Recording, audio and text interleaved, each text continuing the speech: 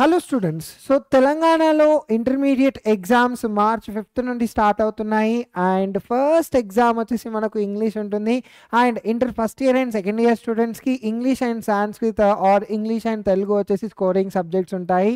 And so first intermediate first year వాళ్ళ కోసం నేను ఇవాల్టి సెషన్లో ఇంగ్లీష్ని ఎలా ప్రిపేర్ అవుతే మనకు ఈ స్కోరింగ్ సబ్జెక్ట్లో ఎక్కువ మార్క్స్ లైక్ 99 ఆర్ 100 వచ్చే ఛాన్సెస్ ఎలా ఉంటాయో వాటి గురించి క్లియర్ కట్గా నేను ఇంగ్లీష్ టీచర్స్ తోటి డిస్కస్ చేసి వాళ్ళు చెప్పిన టిప్స్ అండ్ ట్రిక్స్ అన్నిటినీ కూడా గ్యాదర్ చేసుకొని మీకు చెప్దామనేసి వాళ్ళు తీసుకొని వచ్చాను. అండ్ ఈ వీడియోని మీరు స్కిప్ చేయకుండా చూడండి, ఎందుకంటే ఇక్కడ నేను మాట్లాడిన ఇంగ్లీష్ టీచర్స్ చాలా చాలా వాల్యుబుల్ పాయింట్స్ చెప్పారు. వాటన్నిటినీ కూడా నేను చాలా క్లియర్గా మీతో చెప్పడానికి ట్రై చేశాను. సో చూడండి, మనకు టోటల్ మార్క్స్ మనం ఇంగ్లీష్లో చూసుకుంటే కనుక మనకు 100 మార్క్స్కి క్వశ్చన్ పేపర్ ఉంటుంది. అండ్ ఈ 100 మార్క్స్లో ఇప్పుడు మనం చూసుకుంటే 20 మార్క్స్ వచ్చేసి మనకు ప్రాక్టికల్ రూపంలో వస్తున్నాయి. అండ్ 20 మార్క్స్లో ఎక్స్పెక్ట్ దట్ మీ అందరికీ కూడా ఒక 19 to 20 మార్క్స్ అయితే ప్రాక్టికల్స్లో వచ్చేసి ఉండొచ్చు. కానీ ఇప్పుడు మనం రాయాల్సిన ఇంపార్టెంట్ థింగ్ ఏంటిది అంటే పేపర్. సో ఈ పేపర్ మనకు 80 మార్క్స్కు పేపర్ రాయాల్సింది ఉంటుందన్నమాట. సో ఈ 80 మార్క్స్ పేపర్కి మనం ఏ విధంగా ఎలా మనం రాస్తే 80కి 78 ఆర్ 79 స్కోర్ చేసుకోగలుగుతామో దాని గురించి డిస్కస్ చేసుకుందాం. సో ఫస్ట్ మనం పేపర్ చూసుకుంటే ఫస్ట్ మనకు ప్రోస్ నుండి 2 క్వశ్చన్స్ అడుగుతారు నాన్న. సో ఈ 2 క్వశ్చన్స్ కూడా ఈచ్ క్వశ్చన్ 4 మార్క్స్ క్యారీ చేసి ఉంటుంది. అంటే ఫస్ట్ ఈ ప్రో సెక్షన్లో మనకు 8 మార్క్స్ ఉంటాయి. ఈ 8 మార్క్స్ రావాలి అంటే డూ ఆర్ డై చాప్టర్స్ నాన్న. ఫాదర్, డియర్ ఫాదర్ ఒకటి, లాస్ట్ 4 minutes ఒకటి, అండ్ గ్రీన్ ఛాంపియన్. సో ఈ 3 చాప్టర్స్ని కూడా చాలా జాగ్రత్తగా చదవండి. అండ్ ఆన్సర్ రాసేటప్పుడు కూడా ఆథర్ గురించి కూడా ఎక్స్ప్లెనేషన్ ఇవ్వండి ఖచ్చితంగా. అండ్ నార్మల్గా మీలో చాలామంది డౌట్ పడుతుంటారు కి ఎలా ఇంగ్లీష్లో 4 lines రాస్తే సరిపోతుందా, 8 lines రాయాలా, 25 lines రాయాలా, ఎలా అనేసి డౌట్ పడుతుంటారు కదా. సో సేమ్ క్వశ్చన్ నేను ఆ ఇంగ్లీష్ టీచర్స్కి అడిగినప్పుడు సో దే సెడ్ దట్ మీరు ఆన్సర్ ఎలా అయినా రాయండి, కానీ కంటెంట్ అనేది కరెక్ట్గా ఉండాలి, ప్రాపర్ వర్డ్స్లో కంటెంట్ అనేది ఉండాలని వాళ్ళు చెప్పారు. ఒకవేళ ప్రాపర్ వర్డ్స్లో మీరు కంటెంట్ కనుక చూస్తే డెఫినెట్లీ మీకు మంచి మార్క్స్ పడతాయి. ఓకేనా నాన్న? సో ఇది point to be remembered. So pros సెక్షన్లో మనం 3 lessons చదువుకుంటే 8 మార్క్స్ మీకు వచ్చేసాయి నాన్న. ఒకవేళ స్టార్ట్ చేయకపోతే ఇమీడియట్లీ ఈ 3 lessonsని చదివేసేయండి. నెక్స్ట్ బిట్ వచ్చేసి మనకు పోయిటరీకి సంబంధించి ఉంటాయి. సేమ్ ఇక్కడ కూడా మనకు 2 questions అటెంప్ట్ చేయాల్సింది ఉంటుంది. ఈచ్ క్వశ్చన్కి మనకు 4 marks, టోటల్ వెయిటేజ్ ఇక్కడ చూసుకుంటే 8 marks నాన్న. మరి ఈ 8 marksకి 8 marks రావాలి అంటే డూ ఆర్ డై చాప్టర్స్ మనము 3 ఉన్నాయి. కీప్ గోయింగ్ ఒకటి, హ్యాపీనెస్ ఒకటి, అండ్ ద బెగ్గర్ ఒకటి. ఈ 3 చాప్టర్స్ని కూడా చూసుకోండి ఖచ్చితంగా. దెన్ రైట్, నెక్స్ట్ మనం చూసుకుంటే ఇక్కడ నెక్స్ట్ బిట్ వచ్చేసి షార్ట్ స్టోరీస్ నానా. ఈ షార్ట్ స్టోరీస్కి కూడా 8 marks వెయిటేజ్ ఉంది. అండ్ ఇక్కడ కూడా నేను డూ ఆర్ డై చాప్టర్స్ని కనుక్కొని వచ్చాను. సో ఇక్కడ ప్లేయింగ్ ద గేమ్ ఒకటి, 5 boons ఆఫ్ లైఫ్ ఒకటి, అండ్ షార్ట్ సైటెడ్ బ్రదర్. ఈ 3 చాప్టర్స్ని కూడా ఖచ్చితంగా చదువుకోండి. నెక్స్ట్ మనం చూసుకుంటే నెక్స్ట్ బిట్స్ వచ్చేసి seen passage and unseen passages. So each ప్యాసేజ్కి మనకు 4 marks ఉంటాయి. సో సీన్ ప్యాసేజ్ వచ్చేసి మనకు టెక్స్ట్ బుక్ నుండి నాన్న, టెక్స్ట్ బుక్ బ్యాక్ సైడ్ చూసుకుంటే మనకు 15 passages ఉంటాయి. ఈ 15 passages కనుక మీరు చదువుకుంటే మీరు ఒకవేళ అవుట్ మార్క్స్ తీసుకొని రావాలంటే ఖచ్చితంగా ఈ 15 passages చదవండి.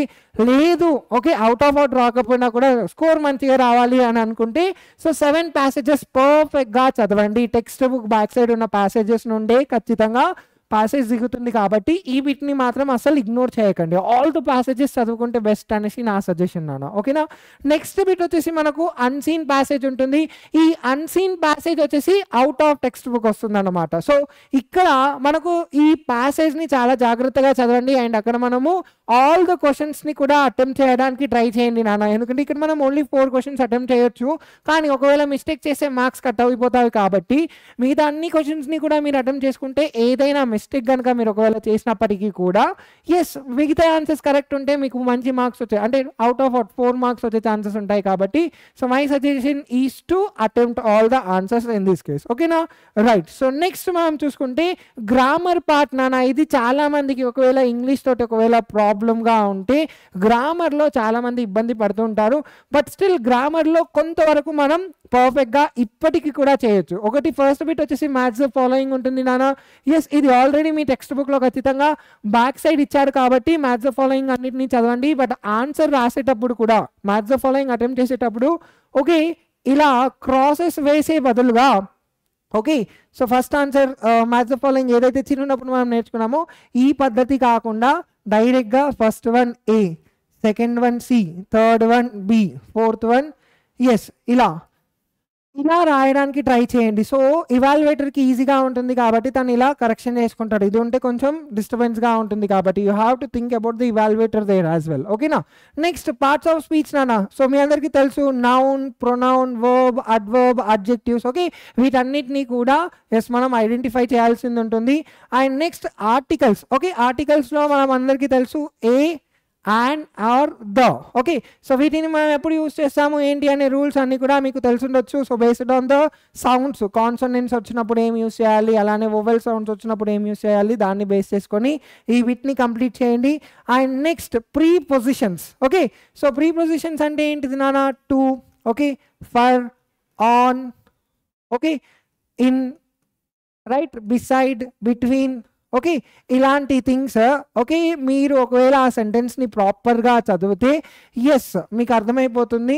సో ఆ సెంటెన్స్లో ఏ ప్రిపోజిషన్ ప్లేస్ చేస్తే ఫిట్గా ఉంటుందో జాగ్రత్తగా ఆలోచించి వీటిని చేయడానికి ట్రై చేయండి. ఓకే నెక్స్ట్ నాన్న tenses. This is very very important. చాలామంది మార్క్స్ కట్ అయ్యేది ఈ టెన్సెస్లోనే కాబట్టి సో దీని మీద ఎక్కువగా ఫోకస్ చేయడానికి ట్రై చేయండి. అండ్ దెన్ మనకు రీరైట్ యాజ్ డైరెక్టెడ్. ఓకే ఇది కూడా ఇంపార్టెంట్. సో ఇందులో మనకు యాక్టివ్ వాయిస్, ప్యాసివ్ వాయిస్ అడిగే ఛాన్సెస్ ఉంటాయి, అలానే డైరెక్ట్ ఇండైరెక్ట్ స్పీచ్ అడిగే ఛాన్సెస్ ఉంటాయి. And based on degrees of comparison కూడా మనకు క్వశ్చన్స్ వచ్చే ఛాన్సెస్ ఉంటాయి. సో చాలా మందికి ఎస్ డిస్టర్బెన్స్ ఇదే క్రియేట్ అవుతుంది, tenses and rewrite as directed. అంటే మార్క్స్ ఇక్కడ అవుట్ రాకపోవడానికి కారణం ఇదవుతుంది.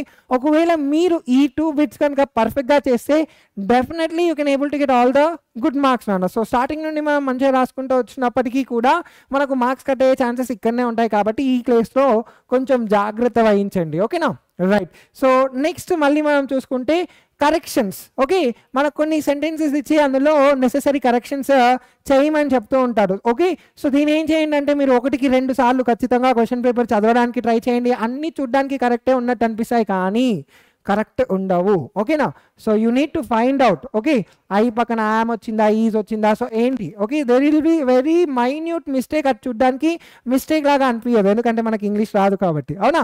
సో డెఫినెట్లీ ఈ కరెక్షన్స్ని కొంచెం జాగ్రత్తగా ఓకే చూసి ఈ వీటిని కూడా కవర్ చేయడానికి ట్రై చేయండి. నెక్స్ట్ వచ్చేసి మనకు missing letters. Okay so missing letters మనకు జనరల్గా ఓకే సమ్ లెటర్స్ ఇలా స్పేస్ క్రియేట్ చేసేసి ఇలా కొన్ని లెటర్స్ ఇస్తారు.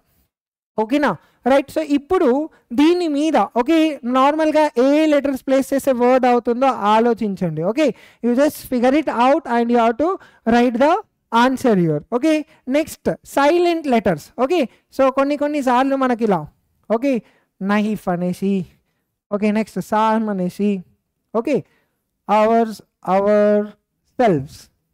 ఓకే ఇక్కడ ఏవి సైలెంట్ లెటర్స్ ఉన్నాయో ఫైండ్ అవుట్ చేయమని చెప్తూ ఉంటాడు. Okay so pronunciation is very very important in this case నాన్న. సో ప్రొనౌన్సియేషన్ మీరు ఏ విధంగా చేస్తే ఆ దాని మీద నుండి మనకు సైలెంట్ లెటర్స్ అనేది ఫైండ్ అవుట్ అవ్వడం జరుగుతుంది. ఓకేనా సో ఈ వీటి కూడా జాగ్రత్తగా చూడండి. And next phonetics. Okay so phonetics నా సజెషన్ అటెంప్ట్ ఆల్ నాన్న. ఆల్ ద ఫొనెటిక్స్ ఏదైతే ఇస్తారో టెక్స్ట్ పేపర్లో సో వాటన్నిటినీ కూడా మీరు అటెంప్ట్ చేయండి.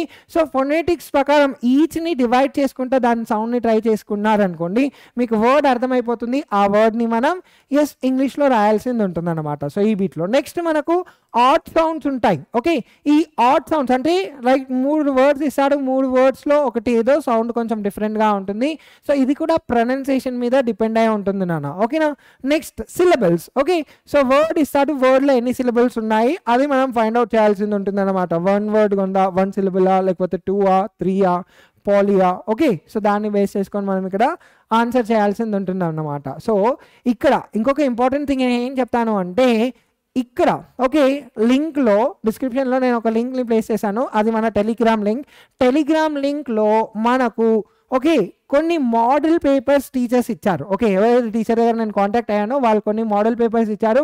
ఈ మోడల్ పేపర్స్ని ఖచ్చితంగా ప్రాక్టీస్ చేయడానికి ట్రై చేయండి. ఇది మీకు హెల్ప్ఫుల్గా ఉంటుంది. హోప్ మీకు ఈ వీడియో ఓకే కొంతవరకు నాలెడ్జ్ ఓకే ఇచ్చిండొచ్చు అనేసి నేను ఎక్స్పెక్ట్ చేస్తున్నాను. If you like the video please do share to your friends also, because నా మెయిన్ ఇంటెన్షన్ ఏంటిది అంటే మీ అందరికీ కూడా రీచ్ అవ్వాలి. దానికోసమే I had done some efforts. Okay, teacher దగ్గరికి వెళ్ళి వాళ్ళ దగ్గర నుండి నేను కనుక్కొని సో ఈ వీడియో తీసుకురావడానికి కారణం ఏంటిది అంటే అట్లీస్ట్ ఒక పర్సన్ కన్నా ఇది యూజ్ అవుతే I will be feeling very happy, Nana. So thank you so much for sparing your time with us and all the very best for your examinations. Chin chesi randi. Okay na?